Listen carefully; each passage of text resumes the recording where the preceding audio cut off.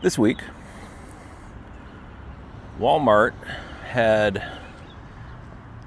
introduced, at least to some extent, time of use pricing. It looks to be as though they're experimenting with it. EVgo hit a profit inflection point, and Mercedes-Benz High-Powered Charging was playing hide and seek with their station data. But I finally called out ollie ollie on some freedom and was able to get all the data together in one place. Let's get into it.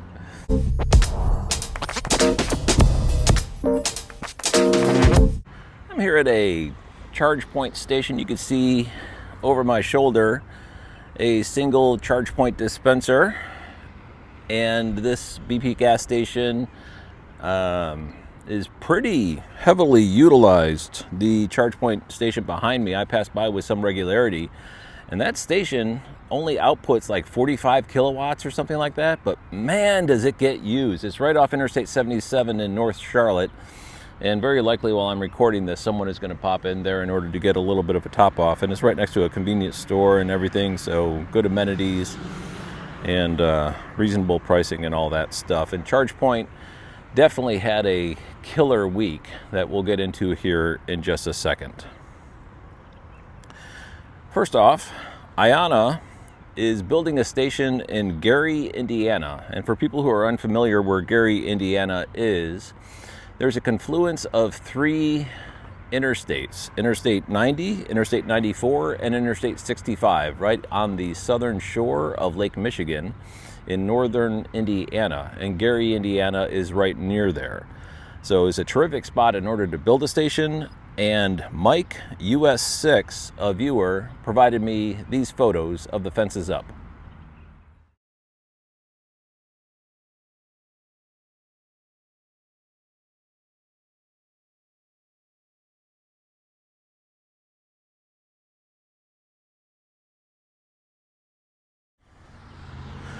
Thanks, Mike, for those pictures.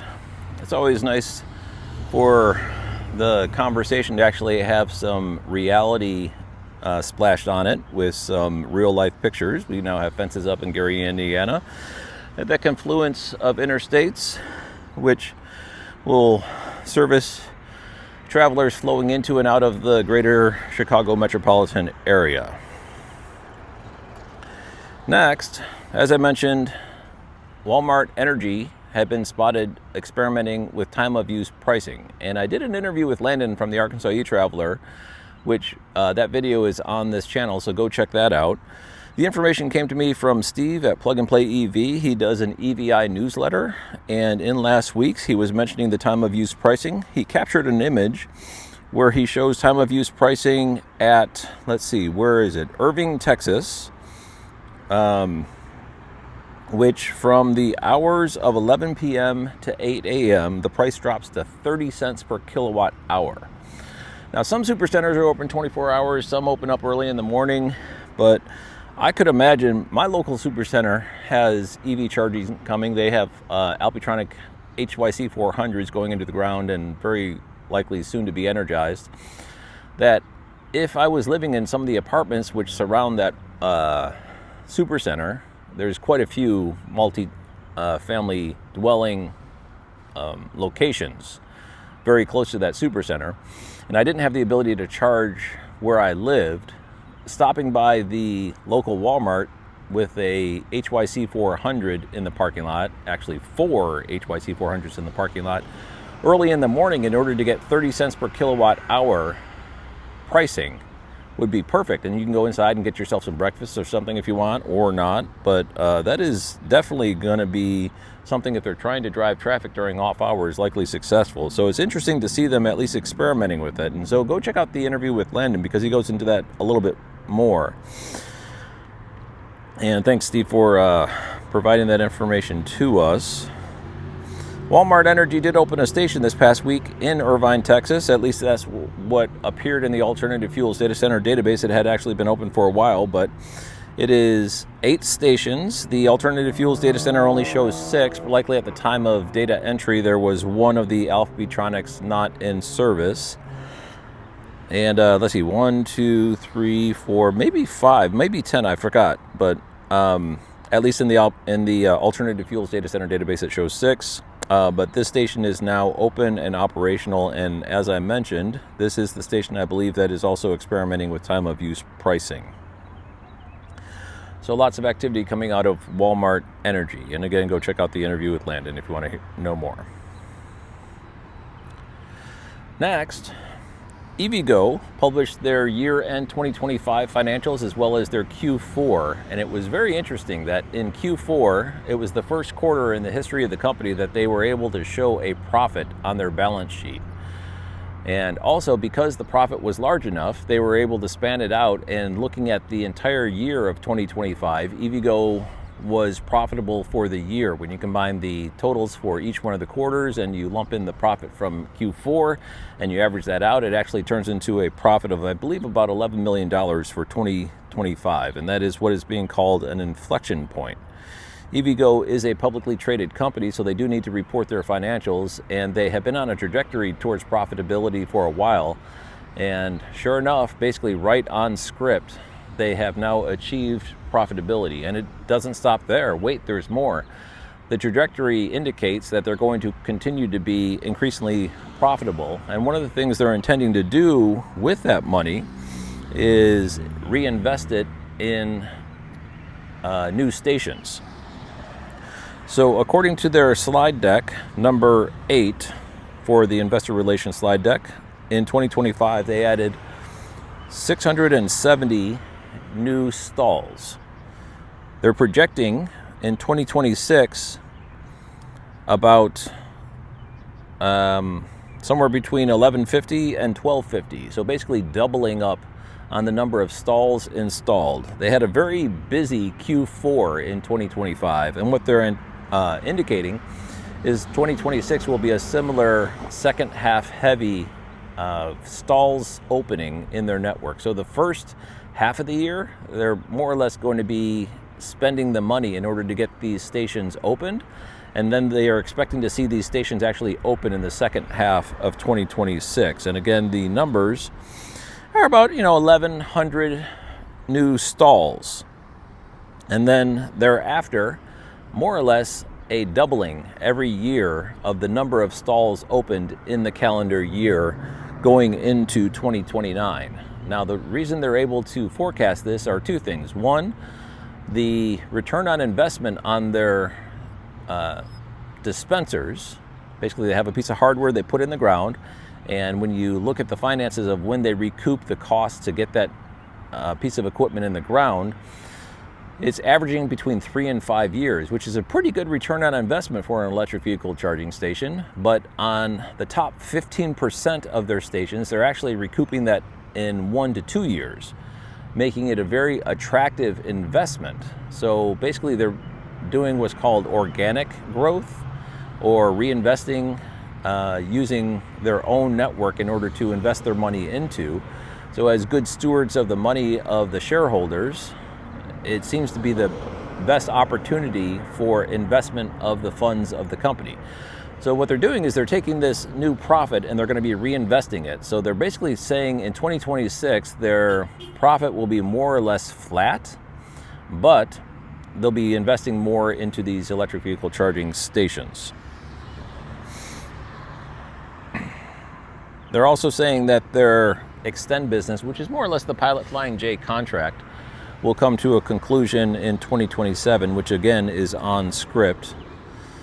There's mention also of the non-diluted capital they have access to, which is a DOE-backed loan and also a private bank loan that they have access to. They pulled $40 million out of the DOE loan in Q4 and a total of $140 million in total from that line of credit that they have access to, and they've been reinvesting. So the intention that they're going to grow, basically doubling the number of stalls installed every year from now through 2029, seems to have credence because they have means, motive, and opportunity. The money's there, the numbers make sense, they're earning money, and just to expand on that, they're also pointing out that because the North American market has standardized on the J3400 handle, that their stations are getting retrofitted with J3400 with an increasing numbers.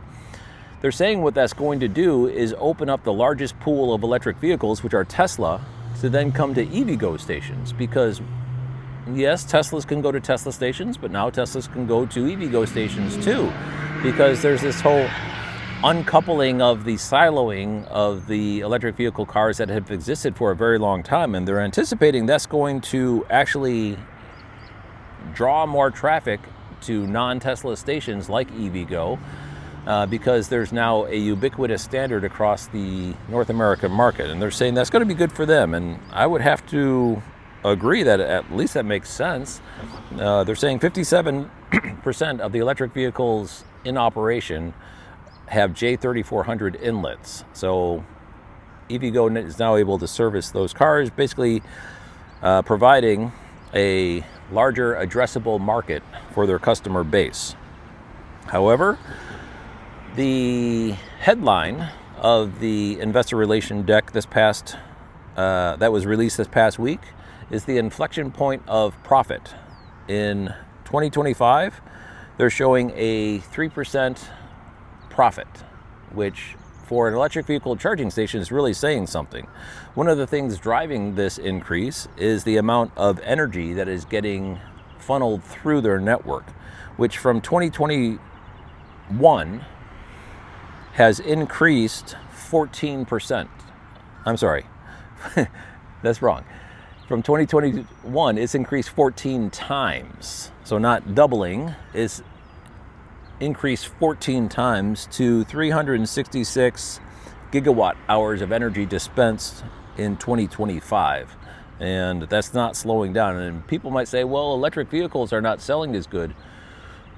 Okay, but even if we stay flat with the electric vehicle sales from 2025, according to EVgo's conference call with investors, they're saying that's still 1.2 million new electric vehicles driving around the road looking for charging at stations like the one that's behind me.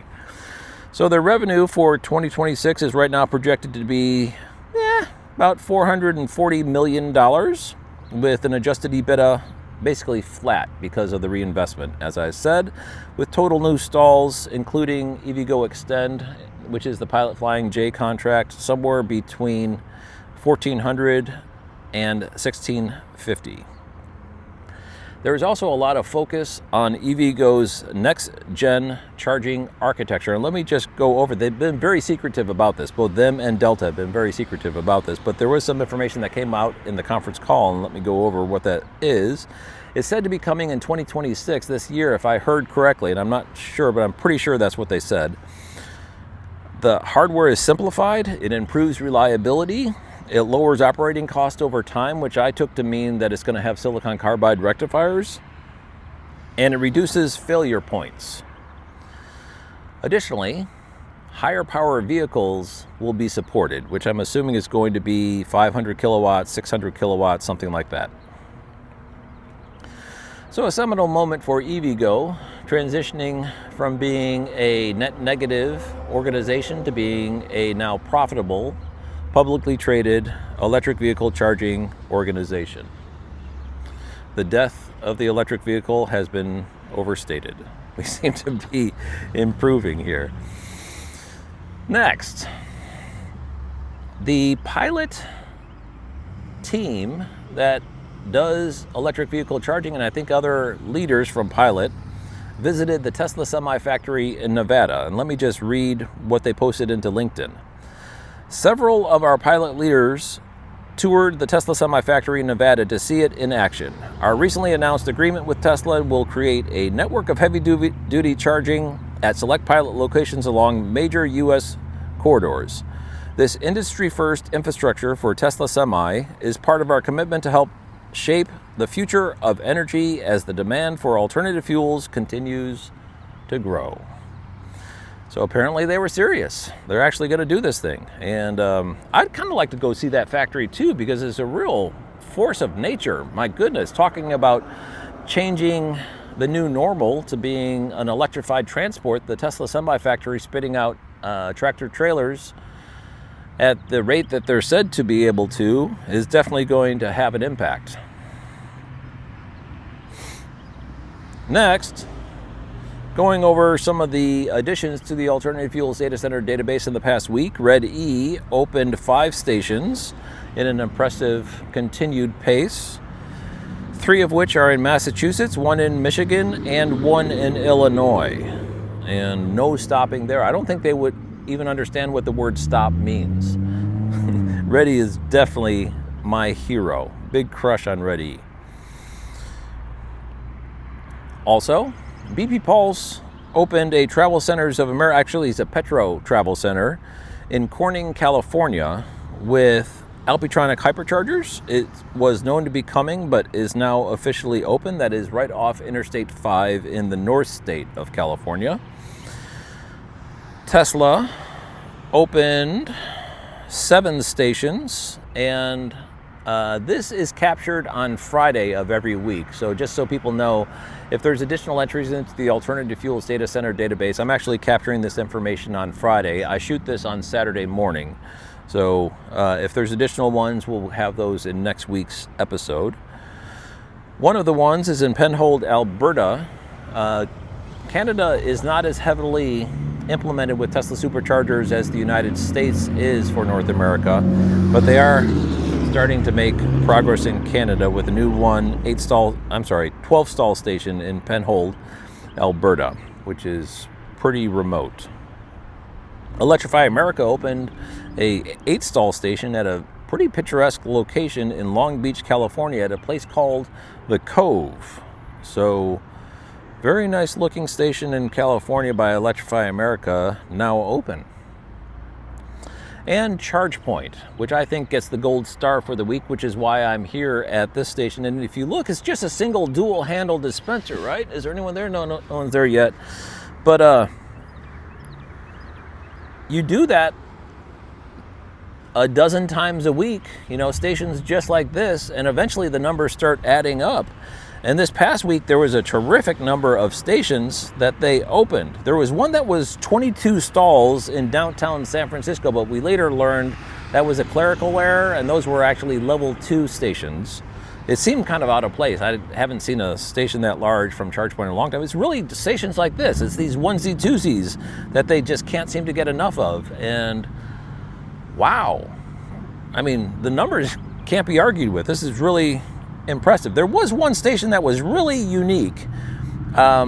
Just, a ton of stations, and I'll leave this up here for reference.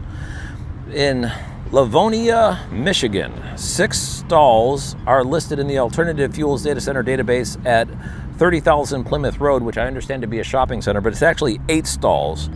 And the dispensers were put into an island with lighting over them for a pull-through design with 8 stalls total, 4 dispensers. Each were dual-handled CCS handled duals. So very impressive. And you would think that at some point the lower throughput of ChargePoint chargers would start to erode their market share, but I don't know. No, it seems they found a sweet spot or something. Kind of like RedE just can't get enough of opening these stations. They just week after week, and their stations are not 600 kilowatt capable or anything like that. It's just the middle area. And I've heard said that the small medium businesses of the United States make up the largest market segment of commercial operations for basically any industry that you look at, because it's the small medium businesses which is really the largest market share. And if ChargePoint and RedE are clocking numbers, it's likely what they're doing is living off the SMB or small enterprise market in the United States. At least that's what it looks like. Highly successful. Very, very impressive work by ChargePoint. Next, in a bit of a caper, Mercedes-Benz High-Powered Charging posted into social media, I picked it up off LinkedIn, a new station off Interstate 5 at a Starbucks in Phoenix, Oregon. Now, 10 stalls, 5 Alpitronic hyperchargers. And track this network on my own channel and do updates with some regularity. The problem is they haven't been posting into the Alternative Fuels Data Center database, and their own website makes it a little bit kludgy in order to track. And I would have to, because there's disparity between what's showing on PlugShare and what's showing from their website.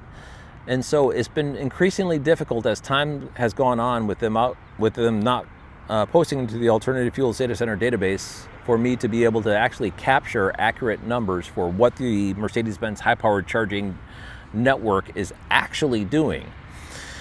And so I was sitting there at my desk, and I did something that is a little bit unnatural for me, which is ask for help. And so I just went to the Mercedes-Benz contact that I had, and I said, hey, is there any chance, for a humble nerd out here that you would be able to let me know, because, the alternative, and I got a response back pretty quickly. The answer was yes. And they gave me a file of all their open stations, and lo and behold, the number is 96 stations open, 780 stalls. Now, just since 2026 started, I didn't count it, but there is a boatload. And I mentioned I did an update on my personal channel, but it was really surprising. Basically, they finished all those stations in Vancouver. Those are all open.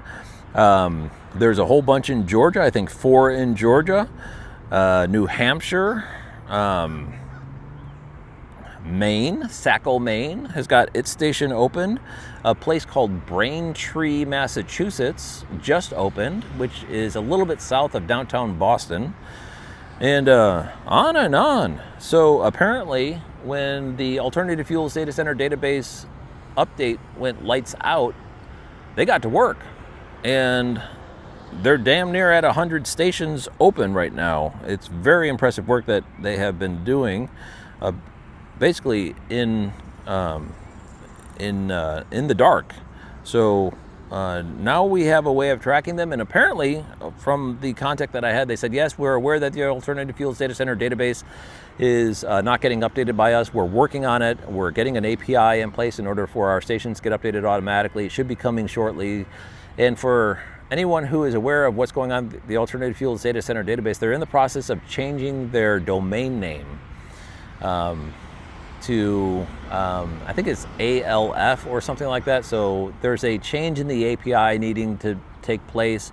So likely what Mercedes-Benz is going to do is wait for that new domain to be in place, and then they're going to update their API. I'm just speculating, but I'm guessing that's what's going on, because I did hear about the API domain name changing at the Alternative Fuels Data Center database. But that was very interesting, and it was a big morale boost for me to be able to actually get that file and see the numbers. So it just goes to show sometimes asking for help is the right move.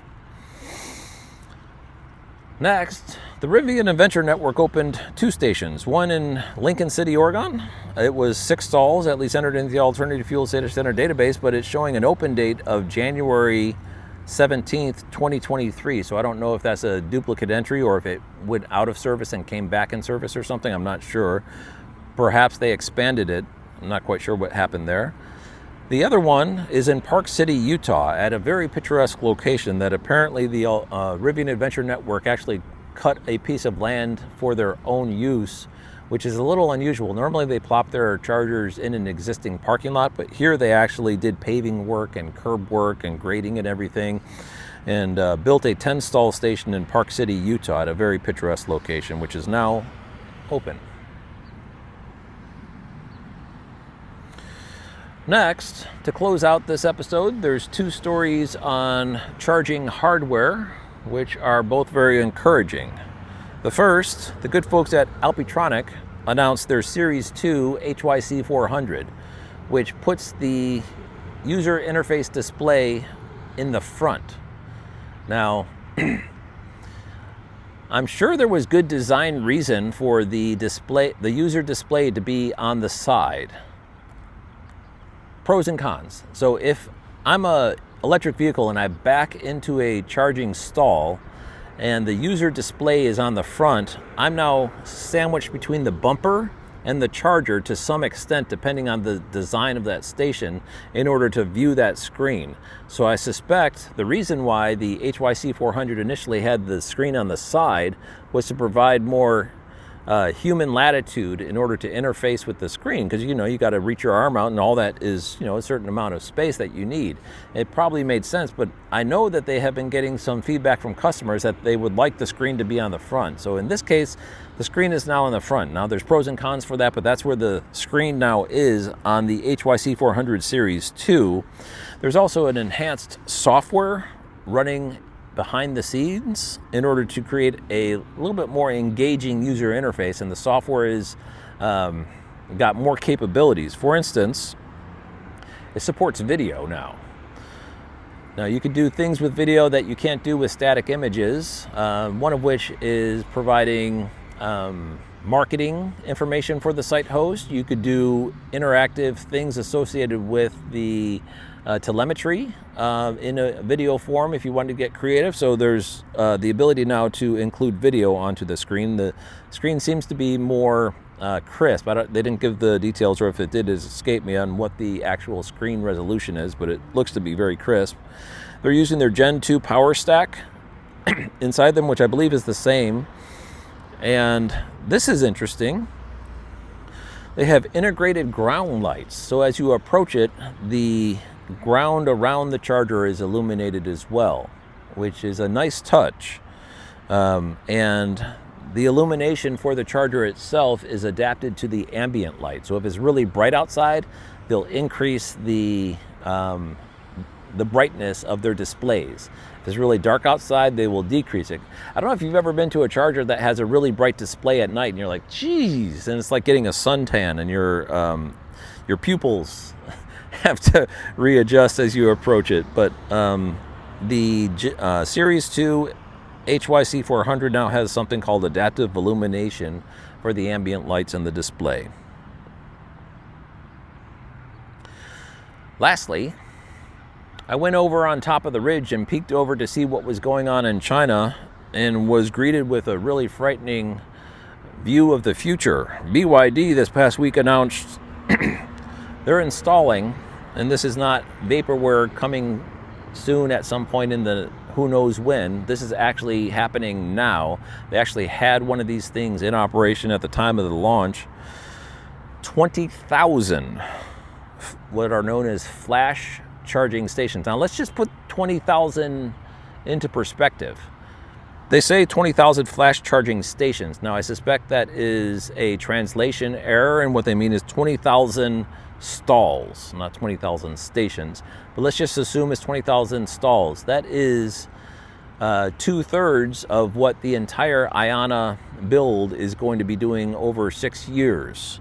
So BYD is going to be installing 20,000 flash charging stalls across China and begin to roll out globally as well. Now what this provides is the ability to charge at 1.5 megawatts. So we just mentioned the HYC 400 Series 2. This is basically 4 times as fast as that, not 4 times as fast as the HYC, which in the United States right now is top of the heap minus the Tesla V4 in certain select locations. We're going to be getting the HYC 1000, which will be able to output at 600 kilowatts or 1 megawatt depending on the configuration. But BYD, these 1.5 megawatts are not for commercial charging. This is for vehicle charging. And the cable is stupid heavy, but they figured out what they're going to do is have they're calling it zero gravity, and it uses a track system to have the weight of the cable ballast and be able to pull out to the location where your charge inlet is. Now, I'm guessing these cars are going to have new inlets or something. I'm not sure if they're going to be able to pipe this amount through a J3400 handle here in the United States or not, or if this is going to be just a China, APAC, and maybe Europe deployment.